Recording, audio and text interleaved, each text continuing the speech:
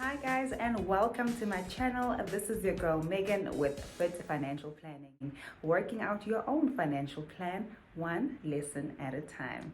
Right guys, thank you so much for joining me. If you're new to my channel, welcome, and if you're returning, welcome back.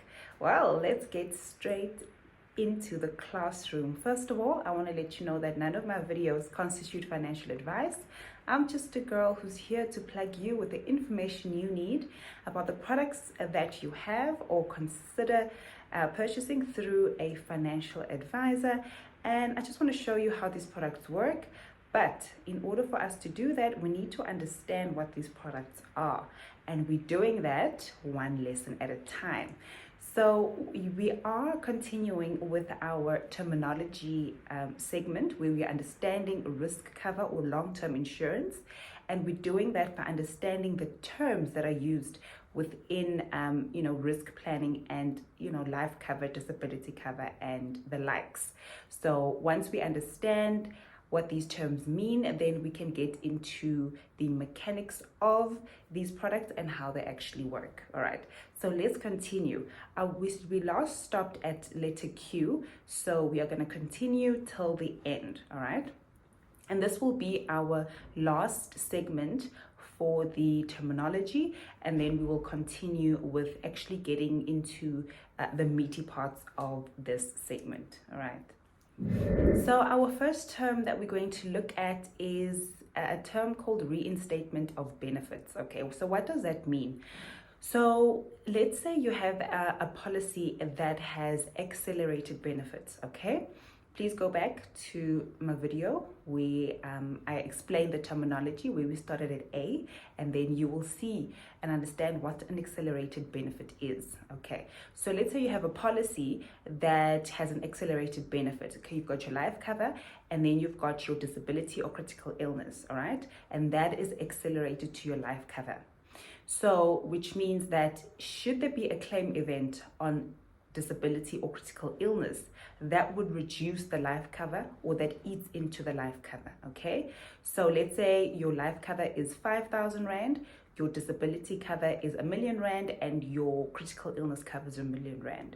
After a claim event for either or, then this reduces your life cover to 4,000,000 Rand. All right, and then let's say you have either maybe a critical illness claim after your disability claim, then that eats into the life cover again, and then you're left with 3,000,000 Rand life cover. Okay, so you might be thinking, but what is the purpose? Why should you have accelerated benefits?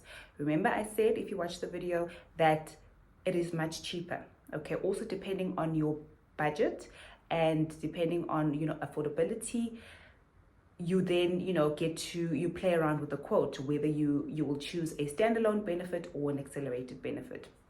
So now when we look at reinstatement of benefits, different companies have different names for this type of benefit, but you need to find out from your financial advisor if this is possible. So reinstatement of benefits, it makes provision for the death benefit to revert back to the original amount.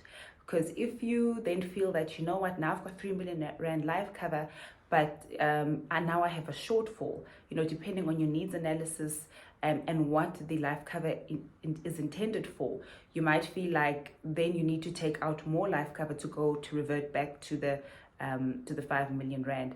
But when you have this reinstatement benefit built in within your policy, then the life cover value will reinstate automatically back to the original amount after you've had a claim of any of the accelerated benefits, okay, that are linked to the life cover.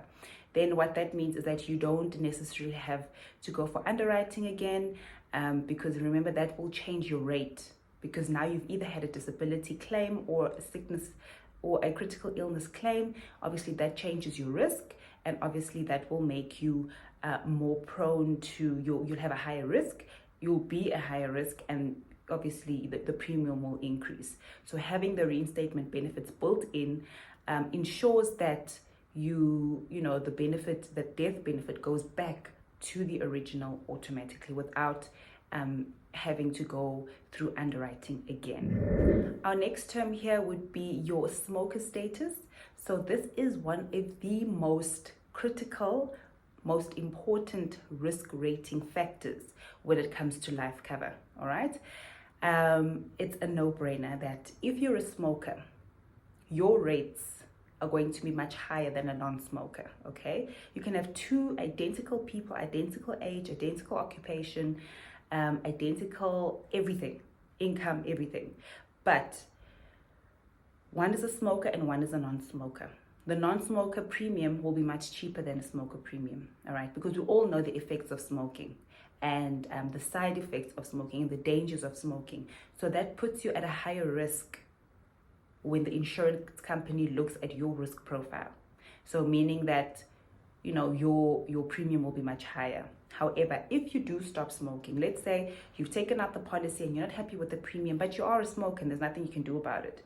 Then you decide, okay, you're going to stop smoking, and you know, then you'd have to wait for a period of about 6 to 12 months before your risk can be reassessed. Because what they'll need to do is, after 6 months of you not smoking, they'll have to do medicals again. All right, they'll have to check whether you still have levels of nicotine in your system, and then they'll have to assess then how they're going to restructure your premium. All right, if they find that, okay, between 6 and 12 months you've stopped smoking, you can have your premiums reviewed.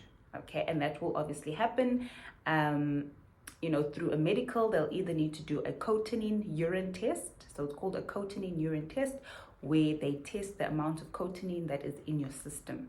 That is one of the indicators that you do smoke. All right, so one interesting thing about you know, the cotinine test is that even if I've had cases where life insurance was taken out by a person who did not really smoke nicotine, like smoke cigarettes, but they used snuff.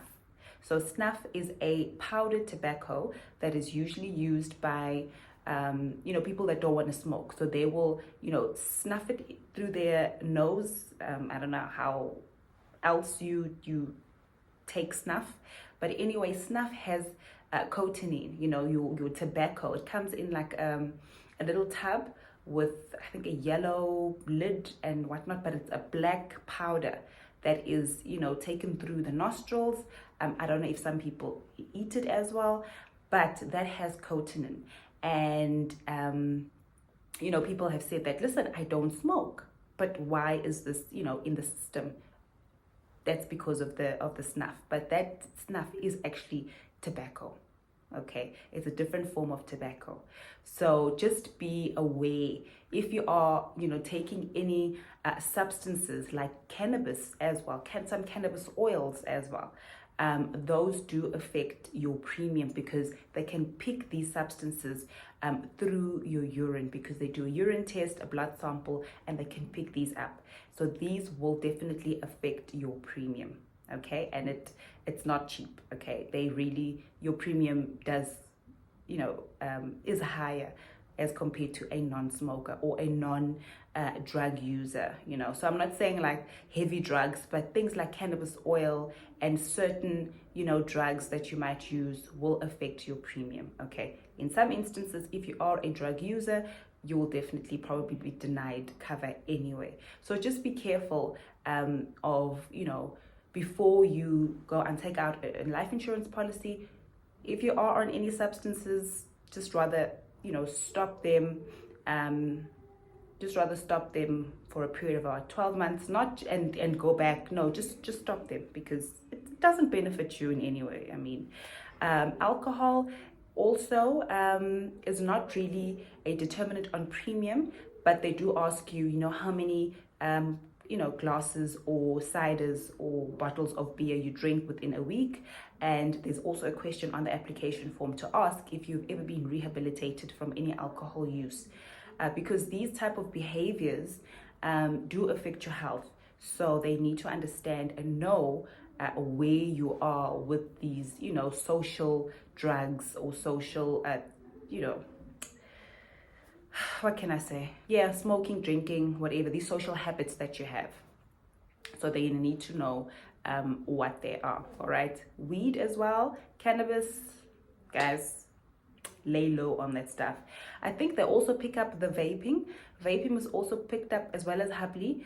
Cotinine is usually picked up in the urine as well. So yeah, so just be careful. You might not smoke physical cigarettes, but if they pick up a substance in your urine or your blood, just know that it's either any of the other recreational drugs that you are using that they're picking up in your urine. Okay.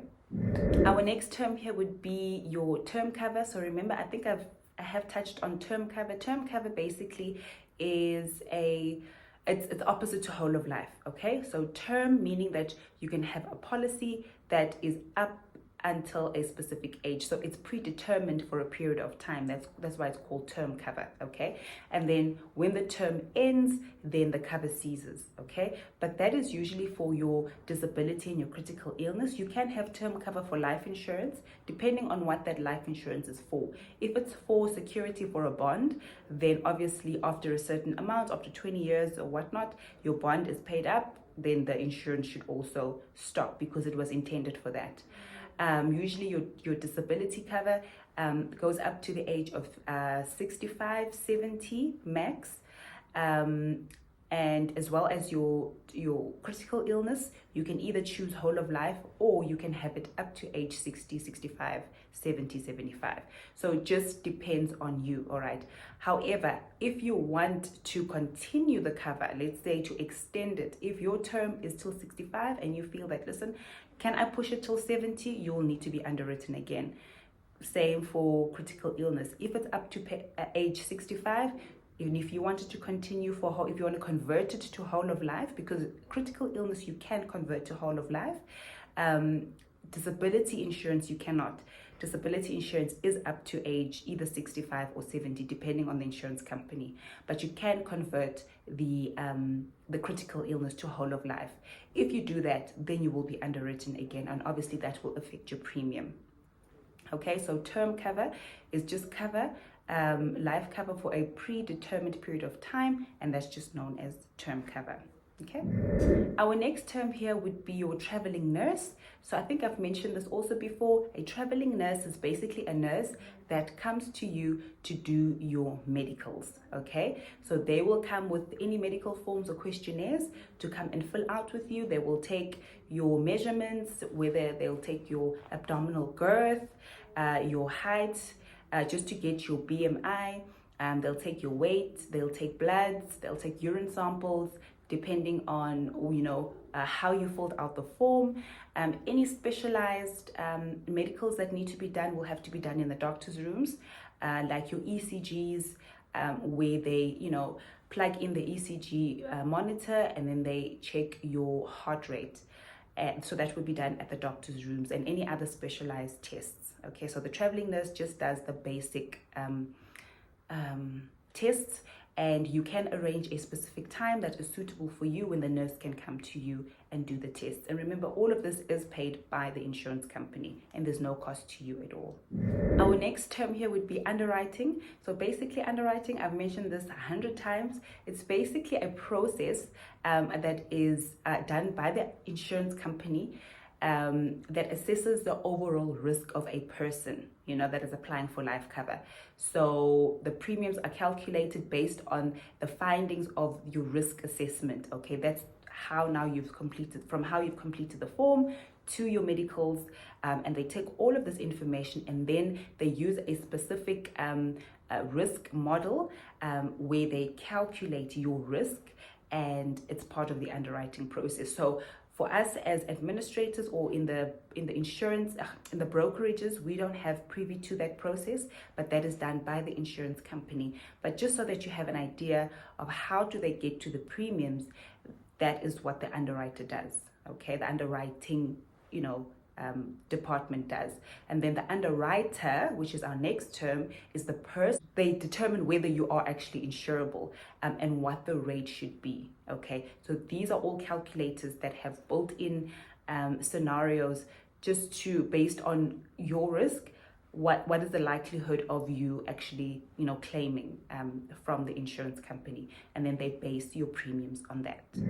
Our next term would be your waiting period. So your waiting period, you will find this a lot in the income protection space. So basically the insurer applies waiting periods as an underwriting mechanism to ensure that the clients do not anti-select against the fund. What it means is that a waiting period means that although your policy has commenced, you are not yet able to claim against the cover up until the predetermined waiting period has lapsed.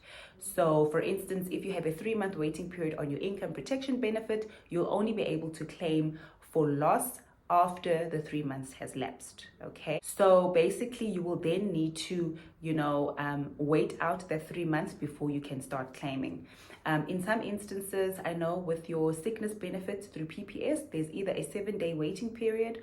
You have to be sick for 7 days or booked off for 7 days before you can actually claim for the sickness benefit. You need to be booked off by the doctor. So remember, for PPS, this is cover for professionals. So this is usually for your doctors who are self-employed. So if they don't work, they don't get paid. So if they are sick, there's a waiting period. They need to be off for 7 days. They need to be booked off by another doctor for 7 days, and then they can start claiming. They can start claiming from the sickness benefit. It's the same with income protection. In some cases, there is a 30-day waiting period, a 3-month waiting period, a 1-month waiting period. Also, the waiting period affects your premium. So if you have a shorter waiting period, you'll have a higher premium. If you have a longer waiting period, you'll have a lower premium, because within that 3 months, within that 30 days, within that 2 months, your health might improve. So meaning that the longer your waiting period is, the less premiums you pay, because within that time you might improve. And if there's no improvement, then your income protection will start. And remember, your income protection pays your income up until a certain age, whether it's 60, 65 or 70. So that's just how it works. And that's something you need to look at and discuss with your financial advisor when you're taking out income protection, depending on what your needs are, okay? And during that waiting period where you cannot even work or get an income or receive an income, you will need to make other funds available. That's why you need a financial plan, so that you can see, okay, do you have emergency funds that you can use to fund yourself and to assist with household expenses while you aren't able to work up until the income protection kicks in. Okay, so that is a very, very important aspect to look at and then to discuss with your financial advisor. And then we've come to our last term, which is whole of life cover. So this is basically whole of life cover would apply to life insurance, like your life cover, or it would apply to your critical illness. So remember, I said that critical illness can go up to a whole of life, and the premium is obviously different to term. And then obviously your life insurance cover is can go up to whole of life, also depending on your needs, and the premium will be different to a termed insurance benefit. So yeah, so it can go up to as long as you live. So it doesn't matter whether you live till age 65 or 105. The whole of life cover will cover you until your last day. All right, and then ensure that there are beneficiaries. Beneficiaries can only be appointed to the life cover portion and not critical illness. So your life cover, make sure there are beneficiaries. If there are no beneficiaries, then the funds will be paid out to the estate. And remember what I said, that the funds are tax-free. So whatever is paid out to the beneficiaries tax-free. Okay. But whatever the beneficiaries decide to do with that money, so if they want to go to put the monies into certain investment vehicles, then those specific investment vehicles will have a tax element to them, because this is now voluntary money, and this is money that will be taxed in the hands of the beneficiaries, depending on what they do with this money. All right, even if the beneficiary decides to donate some money to someone else, remember 100,000 Rand is the maximum that you can donate to anyone tax-free. Anything above 100,000 Rand will be taxed. So also it's important for beneficiaries to educate themselves that when you get a lump sum of money, what you do with that lump sum is going to be taxed in your hands, right? It might not have been taxed from the estate or from the policy, but as soon as it's in your hands, as soon as you start investing it into different investment vehicles, then this money will apply. Just because it's from an insurance policy, it doesn't mean that it is tax-free regardless of what you do with it. So whatever a beneficiary decides to do with a lump sum payment, that money is then taxed in the hands of the beneficiary. Okay. So guys, we have come to the end of understanding risk insurance, your long-term insurance. This is the end of the terminology. Join me in our next segment where we get into more details of risk planning and life cover insurance. I will be discussing all sorts of things like how to actually get a quote, how to do a quote. I'll do some quotes and just give you examples. And I will also take you through the application process. I'll also show you all sorts of things that pertain to risk planning and insurance. If you have any questions, please in the comment section, please comment down below if you have any questions, if you need any clarity, if you would like me to direct you or point out any financial advisors that you can use. Send me an email and I will definitely pass your details on to someone who will be able to assist you with your financial plan. And thank you so much for joining me. Thank you so much for engaging and being patient with me. And thank you for being in the classroom. We are learning one lesson at a time. And yes, it's been great being with you today. So yeah, if you have enjoyed this video, please thumbs up, like it. And if you are new, please subscribe. And to my returning subscribers, please share these with all your peeps, because I know that this is information that we can really benefit from and learn from. So until the next one, thank you for joining me. God bless and take care. Goodbye.